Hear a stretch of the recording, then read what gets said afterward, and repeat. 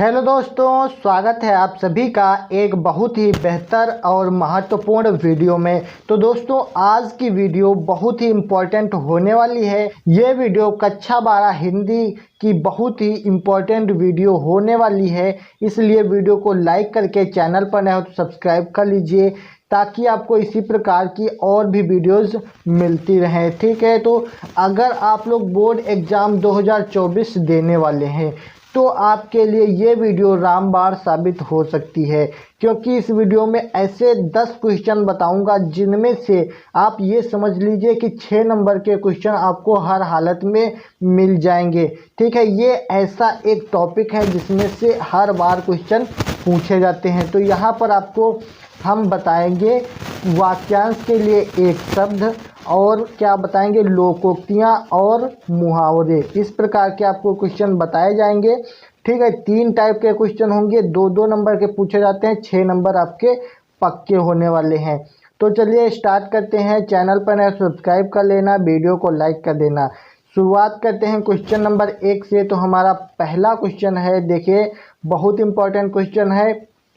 कहावत है एक, यानी कि इसको हम मुहावरा बोल सकते हैं। तो है आम के आम गुठलियों के दाम। ये मुहावरा दिया रहेगा, आपको इसका अर्थ लिखना होगा और वाक्य प्रयोग करना होगा। तो यहाँ पर मुहावरा है आम के आम गुठलियों के दाम। तो इसका अर्थ होता है दोहरा लाभ उठाना, यानी दोगुना लाभ होना। तो इसका वाक्य प्रयोग इस प्रकार से करेंगे, यानी आज ठेले वाले को मेले के कारण आम के आम गुठलियों के भी दाम मिले। कहने का तात्पर्य यहाँ पर यह है कि मेले के कारण जो ठेला वाला था उसको आम के आम और गुठलियों के भी दाम मिले, यानी अच्छा खासा मुनाफा उसको हो गया। किस कारण? मेला लगा था, इसके कारण।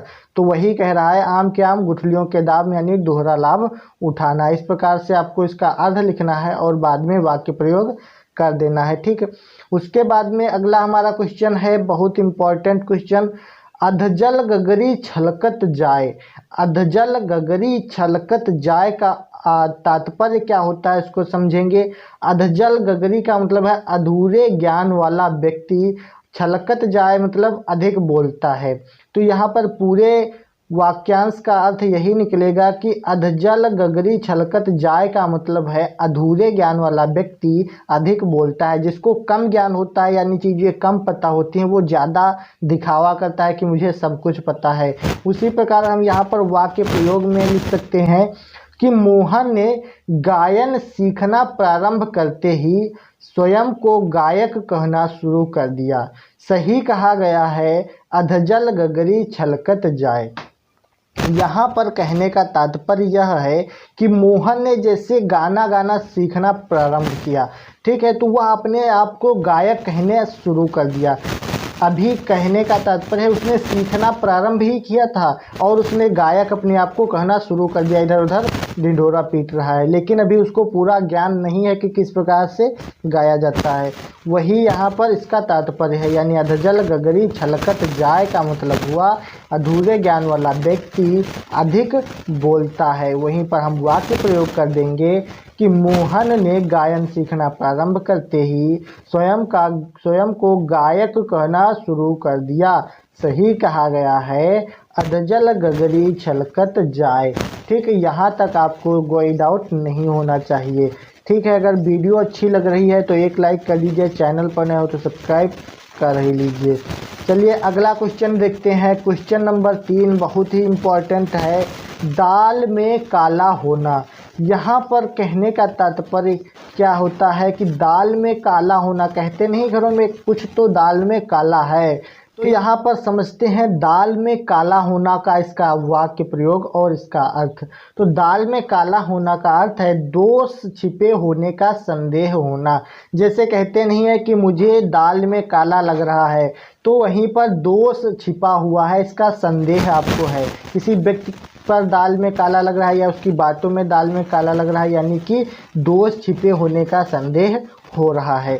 तो इसका वाक्य प्रयोग हम इस प्रकार से करेंगे कि नौकर का उदास चेहरा देखकर ही मुझे लगा कि दाल में कुछ काला है। बहुत ही आराम से आपको अपने शब्दों में वाक्य प्रयोग करना होता है, ये नहीं कि जो मैं लिख रहा हूँ यही आपको लिखना है।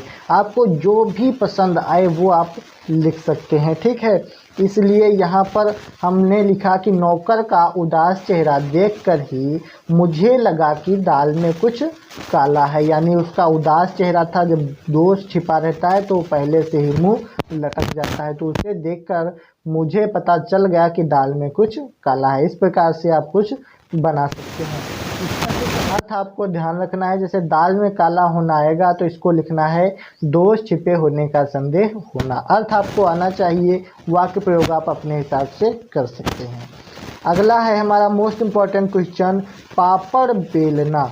पापड़ बेलने का तात्पर्य यहाँ पर कुछ बच्चे कहेंगे घर में जो पापड़ बेले जाते हैं वो है, लेकिन भैया ये हिंदी है, इसका तात्पर्य कुछ अलग है। तो पापड़ बेलना का अर्थ होता है कष्ट झेलना, यानी कि कहते हैं कि आपने बहुत पापड़ बेले हैं, तो यानी आपने बहुत कष्ट झेला है। तो वहीं पर वाक्य प्रयोग इसमें हम लिख देंगे कि सफल होने के लिए बहुत पापड़ बेलने पड़ते हैं। अब आपको यहाँ समझ में आ रहा होगा, अगर कोई व्यक्ति सफल है तो वो पता नहीं कितने पापड़ बेला है तब जाकर सफल हुआ। पापड़ बेलने का तात्पर्य कष्ट झेलने से है, यानी कि अगर आप लोग टॉपर बन गए तो उसके लिए आपको कितना कष्ट झेलना पड़ा ये आपको ही पता है, यानी आपने कितने पापड़ बेले हैं ये आपको पता होता है। इसीलिए कहते हैं पापड़ बेलना का तात्पर्य कष्ट झेलना है, ठीक। इसका वाक्य प्रयोग आप अपने हिसाब से भी कर सकते हैं। चलिए अब देखते हैं अपना अगला क्वेश्चन। तो यहाँ से अगला क्वेश्चन हम देखते हैं क्वेश्चन नंबर 5। ये भी बहुत इम्पॉर्टेंट है। और हाँ दोस्तों, क्वेश्चन नंबर 10 वाला जो है वो सबसे ज़्यादा इम्पॉर्टेंट है, तो उसको देखकर ही जाना। और उसके बाद में एक क्वेश्चन ऐसा बताएंगे जिसका आंसर आप लोगों को कमेंट में देना होगा, तो वीडियो को लास्ट तक अभी देखते रहिए। चलिए देखते हैं क्वेश्चन नंबर 5 क्या हुआ है। इसमें दिया है नाच न जाने आंगन टेढ़ा। यहाँ पर कहने का तात्पर्य ये एक प्रकार की लोकोक्ति है या कहावत बोल सकते हैं। कुछ लोग कहते हैं नाच न जाने आंगन टेढ़ा, तो इसका तात्पर्य होता है काम न आने पर दूसरों को दोष देना, यानी खुद तो कुछ आता नहीं है तो दूसरे को ही हम गलत बताने लगते हैं। तो वहीं पर इसका वाक्य प्रयोग करेंगे। पहले समझ लीजिए इसका अर्थ।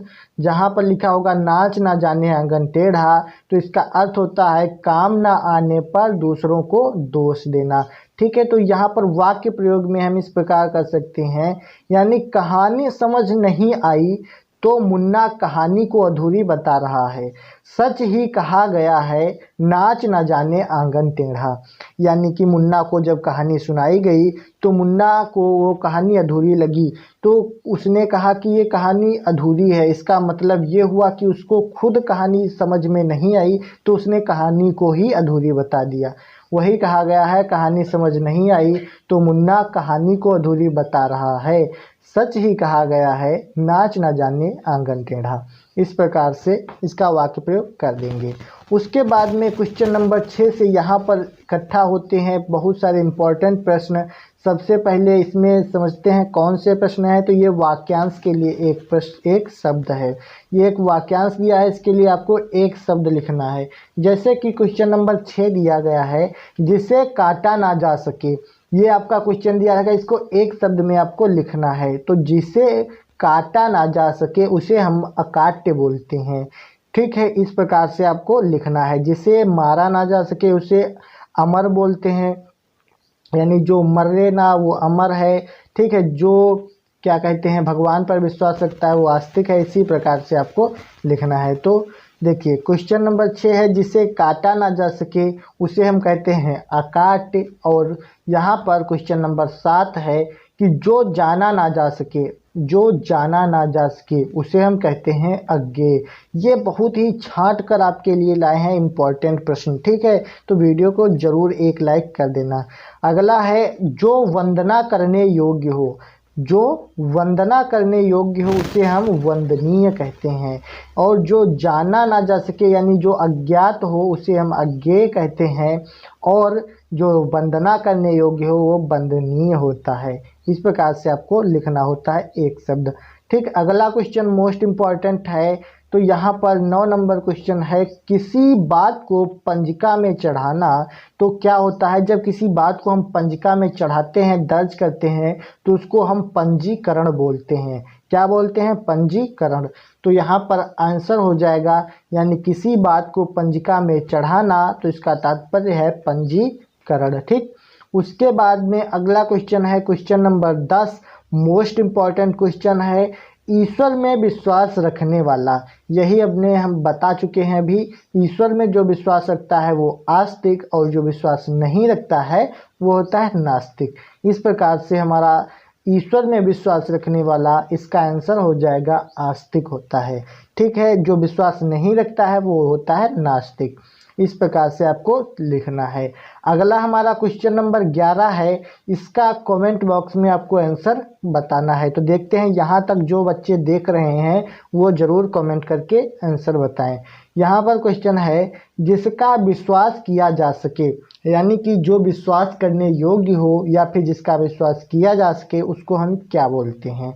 ठीक, तो यहाँ पर आपको आंसर कमेंट कर देना है। ठीक है, तो यहाँ तक आपको वीडियो अगर पसंद आई है तो एक लाइक कर दीजिए, चैनल पर नए हो तो सब्सक्राइब कर लीजिए, ताकि और भी आप वीडियोज आपको मिलती रहें। ठीक है, चलिए आज की वीडियो में इतना ही, मिलते हैं नेक्स्ट वीडियो में, तब तक के लिए जय हिंद, वंदे मातरम।